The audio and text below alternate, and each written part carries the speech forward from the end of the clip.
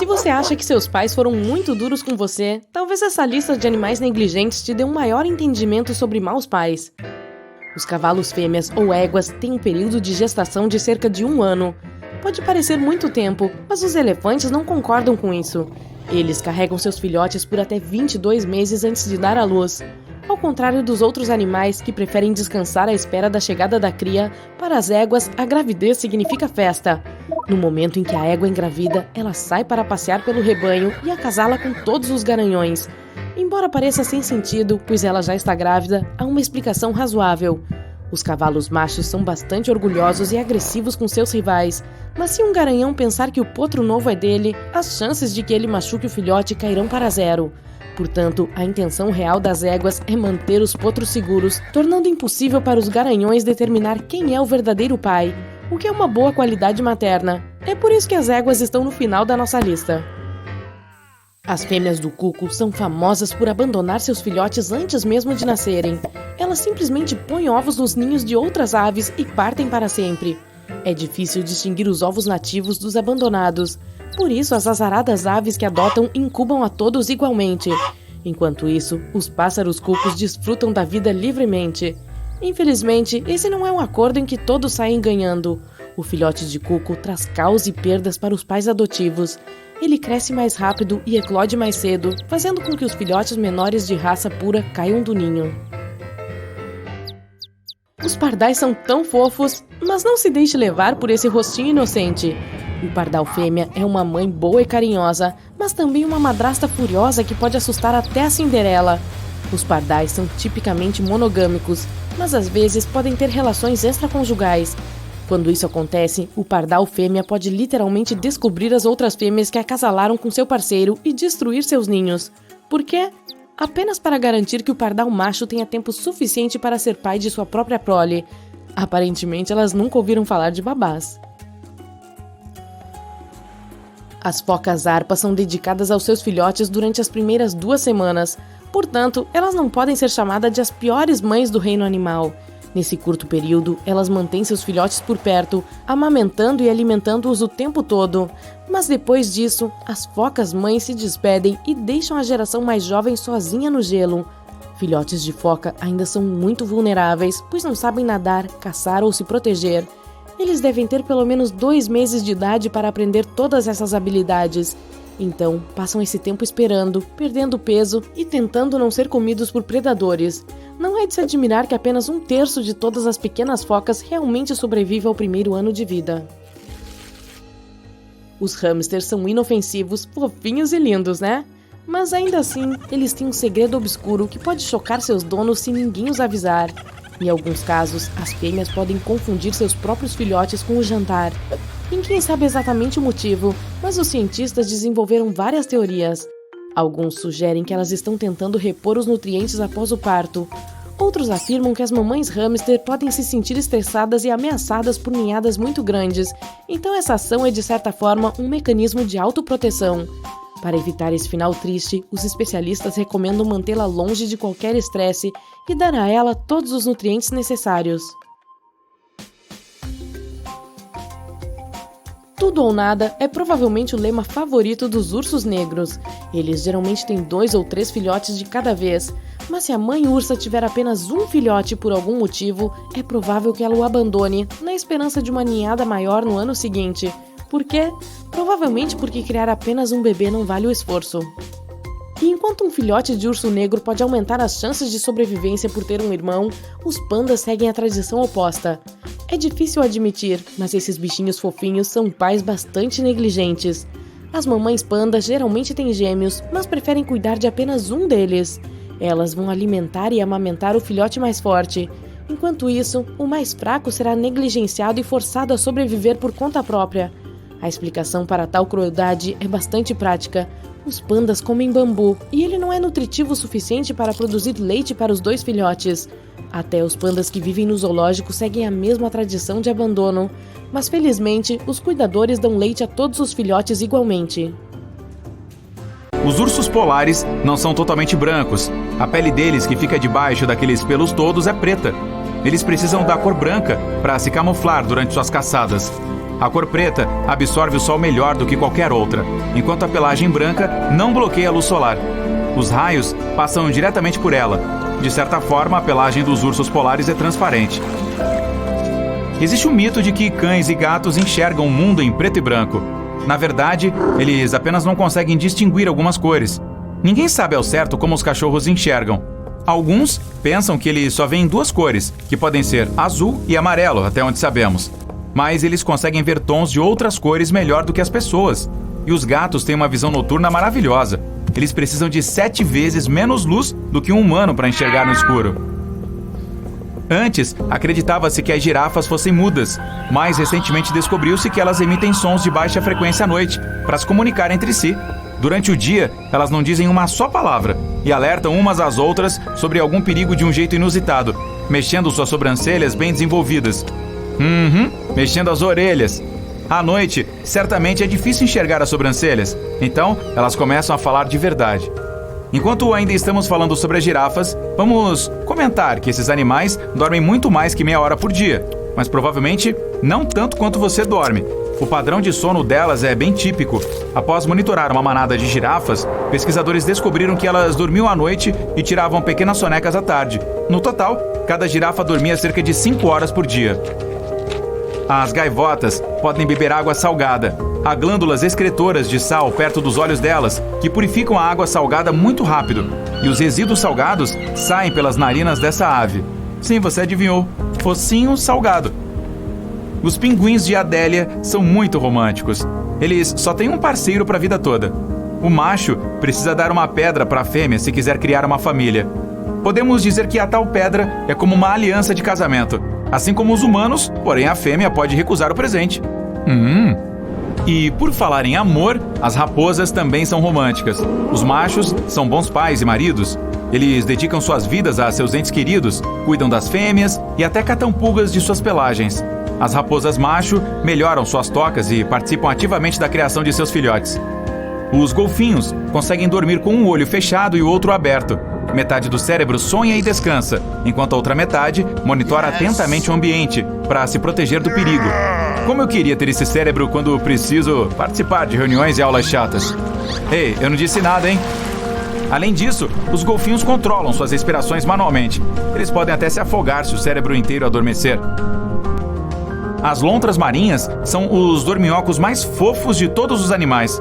No verão, por causa do calor, elas passam o tempo todo dentro d'água. Elas nadam de costas e dormem nessa posição. Os filhotes dormem em cima da barriga da mãe. E 2 adultos ficam de mãos dadas para não serem levados pela correnteza. Os avestruzes não enfiam suas cabeças na areia quando se sentem ameaçados. Na verdade, eles nem enterram suas cabeças. Esse mito se espalhou graças àquele famoso ditado: enterrar a cabeça na areia como um avestruz. Na vida real, os avestruzes precisam cavar buracos na areia para colocar seus ovos, pois são aves que não voam. Para garantir que os ovos serão aquecidos de forma igual, os avestruzes abaixam suas cabeças para virá-los de vez em quando. Mas essas aves continuam tendo uma mentalidade de fuga. Quando enfrentam alguma ameaça, podem se jogar no chão e ficar totalmente imóveis, fingindo não estarem vivas. Segundo um mito bem popular, os tubarões só conseguem respirar enquanto estão se movimentando, pois o nado os ajuda a empurrar a água para suas guelras. Apesar de muitos tipos de tubarões funcionarem desse jeito, diversos outros, como os tubarões enfermeiros, não precisam nadar para bombear a água rica em oxigênio para suas guelras. Por falar nisso, todos os tubarões não têm bexigas natatórias. Então, se pararem de nadar, provavelmente afundarão. Mas, por sorte, o corpo de um tubarão não pode ser comprimido. É por isso que descer ou subir como um jato não traz problema algum para eles. Cientistas japoneses tocaram gravações de áudio para gatos, para provar que eles são mesmo indiferentes. Nessas gravações, os donos dos gatos os chamavam pelo nome. As pupilas dos bichanos se dilatavam, e eles mexiam suas caudas, patas ou orelhas. Os gatos ouviam as pessoas, mas raramente respondiam. Tudo isso por causa da evolução. Os gatos se aproximaram das pessoas porque se sentiam atraídos pelos ratos que comiam grãos. Eles viviam perto das pessoas, mas jamais se deixaram domar. Mesmo assim, nós ainda continuamos alimentando todos eles. As aves são os únicos dinossauros sobreviventes. Elas evoluíram a partir dos terópodes, aqueles dinossauros que corriam sobre 2 patas. Sim, o Tiranossauro Rex é um parente distante das galinhas, dos avestruzes e até dos beija-flores. Na verdade, os flamingos são brancos. A ave fica rosa por causa do beta-caroteno. Esse pigmento é encontrado na alga e no camarão que o flamingo come. Você também consegue mudar a cor da sua pele, sabia? Se comer muitas cenouras, sua pele ficará levemente alaranjada. Isso acontece por causa do alto teor de beta-caroteno presente nesse legume. Marinheiros do mundo todo já falaram sobre o polvo gigante que encontraram em suas viagens. Por muitos anos, os cientistas acharam que esses monstros de longos tentáculos eram apenas um mito. Mas em 2014, a primeira foto de um polvo gigante foi tirada. Eles existem mesmo. Cientistas registraram um animal que chegou a atingir 13 metros. Os mosquitos, de fato, picam algumas pessoas mais que outras. Os humanos mais apetitosos são os de tipo sanguíneo O. Outra coisa, esses insetos têm uma ótima visão. Eles são atraídos por cores verde, preta e vermelha. Então escolha a sua roupa com sabedoria antes de ir acampar. A água ao redor dos polos pode ficar muito fria durante certos períodos do ano.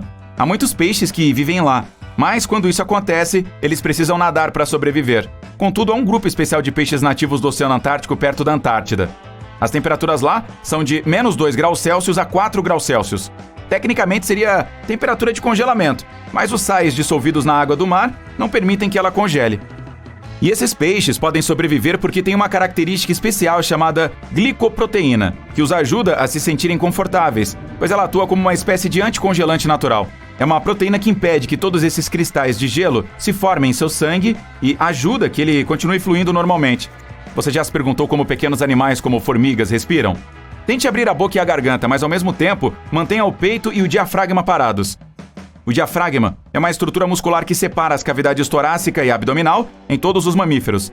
Ela se expande à medida que você respira. Se você fizer isso, não poderá prender a respiração, porque o oxigênio ainda encontrará um caminho para entrar em seus pulmões. Pelo menos o suficiente para acompanhar as demandas do seu corpo. Mas, geralmente quando você respira, o diafragma está bombeando ativamente o ar para dentro e para fora do seu corpo. Para sobreviver sem que o diafragma faça isso, você precisaria de mais de uma garganta e de um corpo muito menor. As formigas têm 9 ou 10 pares de aberturas nas laterais de seus corpos minúsculos, chamados de espiráculos, e cada um está conectado a séries ramificadas de tubos. É um sistema semelhante ao dos pulmões humanos. O sangue delas não transporta o oxigênio desses tubos para o resto do corpo.